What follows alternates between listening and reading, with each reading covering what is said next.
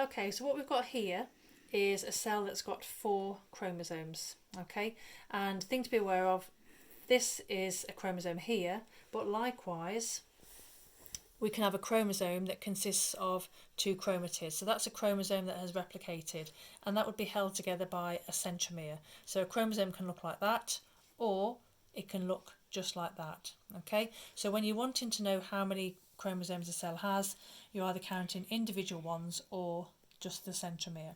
So the number of centromeres tells you how many chromosomes it's got.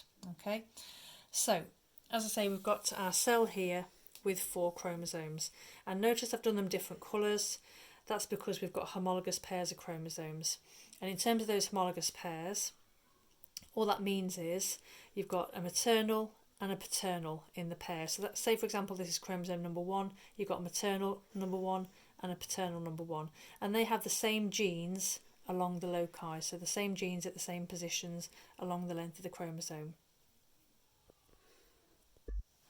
So during interphase, remember, these chromosomes make exact copies of themselves, so the DNA is replicated. So each chromosome now consists of 2 identical chromatids, each one joined by a centromere. So that happens during interphase. Okay, and then remember the genetic material, the chromatin, condenses and coils to make those chromosomes that become visible at the start of prophase 1.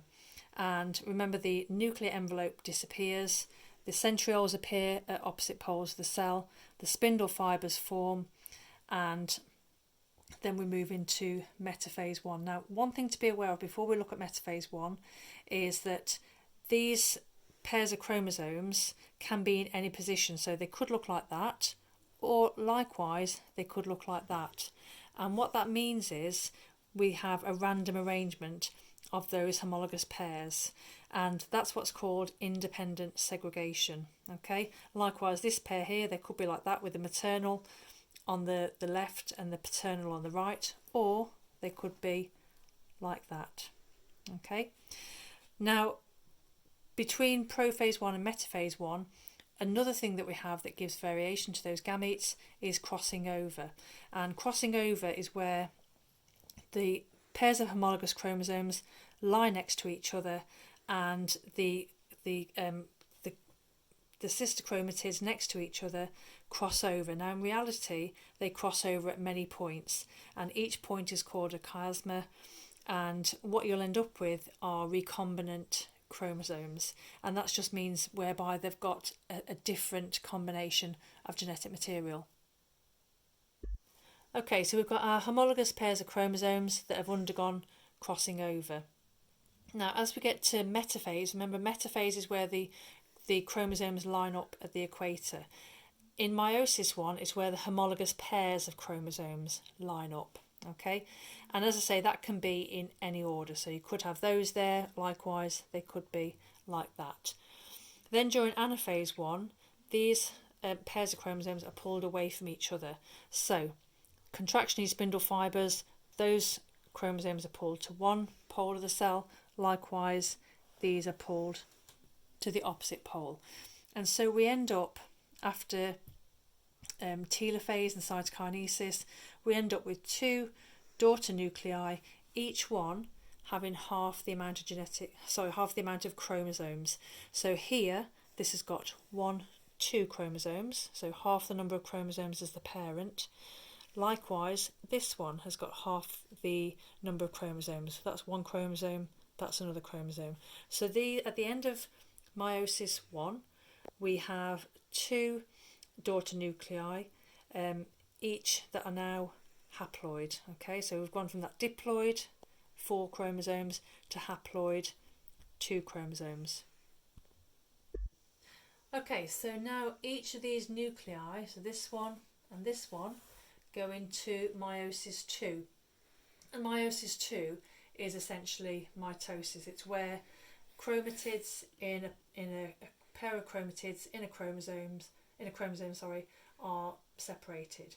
So again, we go through metaphase, where the chromosomes align at the equator of the cell, and then we go into anaphase 2, and this is whereby the chromatids, the individual chromatids, are pulled apart. So those two chromatids are pulled to one pole of the cell, those two are pulled to the other. Likewise, in this nuclei, these two chromatids are pulled to one pole of the cell from the equator, and these two are pulled to the opposite pole of the cell. And so you end up with, okay, so at the end of meiosis 2, you end up with 4 daughter nuclei, each one with half the number of chromosomes, but also half the amount of genetic material. So nuclei number 1 has 2 chromosomes, nuclei number 2 has 2 chromosomes, number 3 has 2 chromosomes, number 4 has 2 chromosomes. And also see that they've got their recombinants, so that they're not identical to the parent chromosomes. So that means that our 4 gametes are each different to each other and different to that of the parent chromosomes, and that creates that variation in the gametes.